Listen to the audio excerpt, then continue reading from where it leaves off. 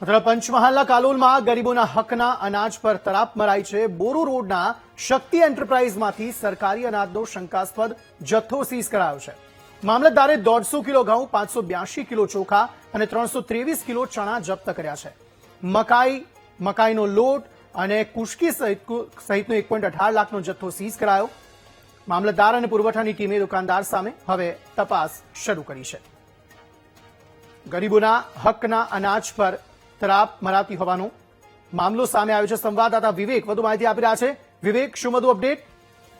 જે વાત કરીએ તો કાલોલ મામલતદારે બાતમીના આધારે રેડ કરી હતી, જેમાં એક ગાડીની અંદર સરકારી અનાજનો જથ્થો લઈ જવાનું હોવાનું સામે આવ્યું હતું। ત્યારે બોરુ ટર્નિંગ પાસે એક ગાડીની અંદરથી સરકારી અનાજનો જથ્થો, તેમજ દુકાનની અંદરથી સરકારી અનાજનો જથ્થો જપ્ત કર્યો છે। તેમાં ચોખા, ઘઉં અને જે અન્ય વસ્તુઓ છે એ પણ કબજે કરી છે। હાલ છે 1.25 લાખનો જે મટીરિયલ છે એ સીઝ કરવામાં આવ્યું છે। ત્યારબાદ એની તપાસ હાથ ધરી છે કે આ સરકારી અનાજનો જથ્થો કયા દુકાનદાર પાસેથી કર્યો હતો અને કોને વેચવાનો હતો, તદુપરાંત કેટલા ગ્રાહકો અંદર સંડોવાયેલા છે તેની પણ તપાસ હાથ ધરી છે। જી, આભાર સમગ્ર માહિતી આપવા માટે।